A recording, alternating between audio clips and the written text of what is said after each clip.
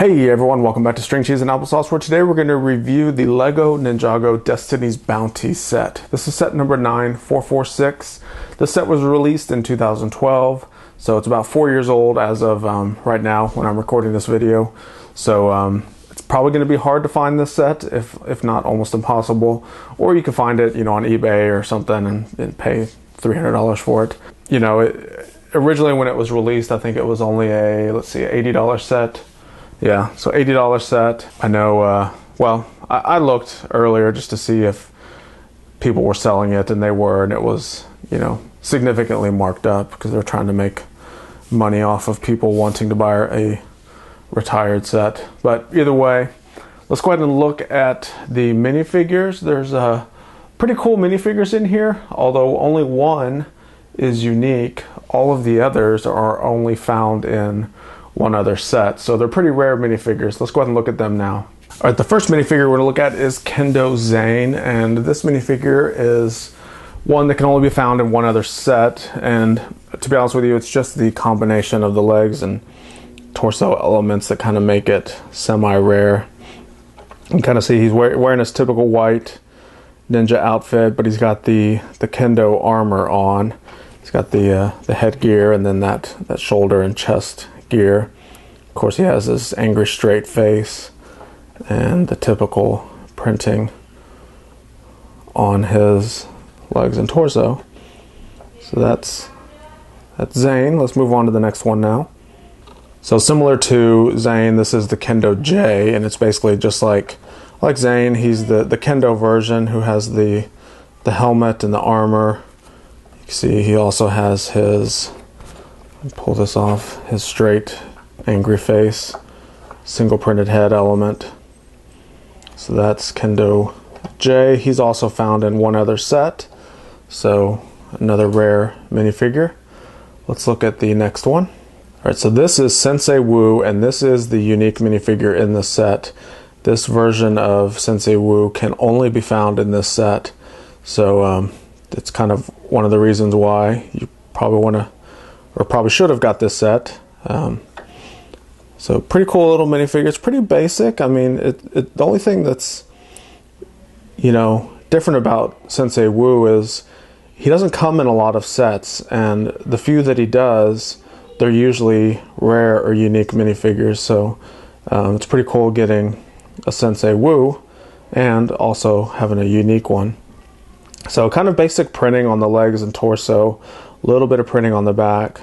He has kind of this old man printed face with just the white beard, and he's just holding the wooden staff. So not a bad minifigure, but the fact that he's unique kind of makes it kind of cool. So that's Sensei Wu. Let's look at the bad guys now. Alright, so this is Slithra, and all of these bad guys are only found in one other set, so they're rare minifigures as well. So this is the big snake-headed guy. He's got the cool printing on the head, and then the torso's got the equally cool printing all the way down to the legs. He's got the red snake eyes and then the cool little white fangs hanging off of the front of his mouth there. So really cool minifigure. Like I said, a rare minifigure, but this one is not as cool as the next one. The next one's probably my favorite one in this set. Let's look at it now. So this is another one of those large snake figures that we've been seeing a lot in these sets that I've been building lately. And this is the navy blue version. It's got the big long navy blue tail. It's got the navy blue torso with all the printing, all the cool printing all the way down the snake leg body area. That's pretty cool. And then the printing on the big head element. The head element looks almost identical to the one we just looked at. See if I bring it up over here. But you can see the ear elements right here are actually printed that golden yellow color, versus this one, it's kind of this light gray color. So they are slightly different. Similar to the other one, this one's only found in one other set. So extremely rare minifigure and a lot of cool detailing to it. So that's, what was his name again? I forgot. This is Scales. So Scales is a pretty cool minifigure. Alright, so there's one more minifigure, and it's the most evil of them all. Let's look at it now. All right, so this, of course, is Lord Garmadon. He's the four-armed version of him, and he's the main villain in the Ninjago series, especially the first season. He's the one that everyone is, trying to defeat. So he's got what a typical minifigure leg and torso, and then on top of that torso is basically an additional torso, and it's a slightly different mold where you can see it. I don't know if this fits on the standard legs. Let's go ahead and try it. Yeah, it doesn't. So this top portion will only connect to a neck bracket, or that neck post that sticks out of a normal minifigure torso. And then you can see his angry face. Of course, it's all black. And then he has the cool little metal helmet with the bone on it. No printing on the back of any of these, but the helmet is really cool. I like the molded little rivets on it, and then you've got some of these little ribs at the top that definitely give it that steel metal kind of look. So that is Lord Garmadon. So those are all cool minifigures that come with this set. Let's go ahead and look at the rest of the set now. Okay, so the first thing we're going to look at is just this little sub-build kind of accessory thing. This is the bad guy's little tower thing. So you basically have this cool little printed element of the snake head, and then you've got some of this snake venom kind of leaking out of the fangs of it. And then there's also this little staff element with the little hypnotizing gem right there. That's a printed element too. There's not many printed elements in this set. These are basically the two that I think are the only printed ones. Oh, there's one other. There's a little crate that has a map in it. The map is printed. But everything else that's decorated is stickered. With the exception of the sails, these are kind of the plasticky cloth type sail, and all of that is printed on there. So the boat, I mean, that's kind of the main thing in the set, is really just the boat. There's a few play features, so we'll go ahead and look at some of them, but just kind of overall, really cool kind of Asian inspired boat. There's a lot of red, a lot of this golden color, and of course the brown, which is the wood elements. So just kind of going around, you see it's a pretty cool little boat. There is a anchor over here. So you can see I can pull this string out. Pretty big anchor. And then there's this red little spool that you can bring that anchor back in. Now when I built this set, I mean, this string is, it's probably a yard long. It's probably 3 feet long, maybe a meter. It's ridiculously long. It's too long in my opinion for the set, but whatever. It took me a while to spool this whole thing up because it was just so long. There's a cool little dragon head element here on the front, and then just a couple little bricks to kind of create this little mouth element that really doesn't do anything but just open and close. There's crossbows kind of all the way around the ship. That's kind of one of the main weapons. The other main weapon is a cannon that's back here, and the cannonballs are actually in this crate right here. They're not really cannonballs, they're the round 1x1 bricks. So those are the main weapons. So the cannons is the only thing that shoots. There's no flick fire missiles or spring loaded missiles or anything. That's basically it. So that's kind of just quickly going around the boat. There's also a little, let me zoom into it a bit. There's a little hidden compartment right there, and it's just enough to put, some of these little gems that are in this crate. You can kind of hide them in there. Close that up for safekeeping, and then put your little box here of cannonballs somewhere. Put that somewhere.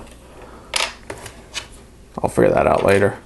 And then here's that map element that I was saying was the only other printed piece in the set. So the sails are kind of one of the play features, and they move. So there's a little knob right here, this little ball element. I don't know how well you can see it, but it's right there, this little ball. And when you pull it, pulls the string. You see that string that's attached to it. And let me zoom back out so you can see what's going on. See the sails? When I pull the ball down, it pulls the sails open. So kind of like flies them open like its wings flapping. So it's a pretty smart little build. They just put these strings right in between some pulleys. So you see those little pulley elements right there with that string going through it. And then they're connected at the top right up there because it's one of the strings that has the little studs on it. So it works really well for making this little flapping action. Going to the back, and let me open these wings all the way up, kind of get them out of the way. There's the main bridge area to the boat.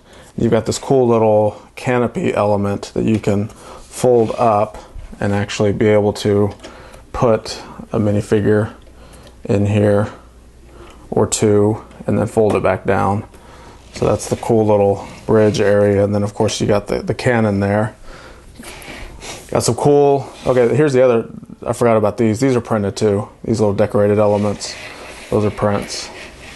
So the last little play feature is this piece right here actually converts to the flying version of the ship. So you can see how it rolls like that and like that. So everything's kind of moving together. There's some pretty cool Technic pieces that were used in this set to kind of create that little flying action.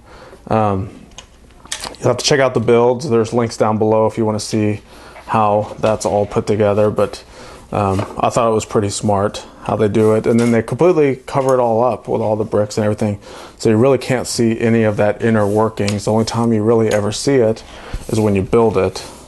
Once it's built, you can see, all you see is the browns and stuff. I guess maybe you can see a little bit in there. So there's a lot of the Technic elements all in there. And then if I can't really turn it upside down. Well, let's see if I can. Well, there's some of it in there too. So that's pretty much it. So I was surprised at how few amount of playable options are with it. I mean, it's really just kind of, okay, you do this, that's kind of fun, but it gets old after a while. You've got this cannon, but it's really in an awkward position because the way that this cannon works is you have to load it and then pull this little thing back and then release it. So it's kind of more aesthetic than it is functional. And then, you know, I guess you could fly this around the house once you put it in this kind of flying mode.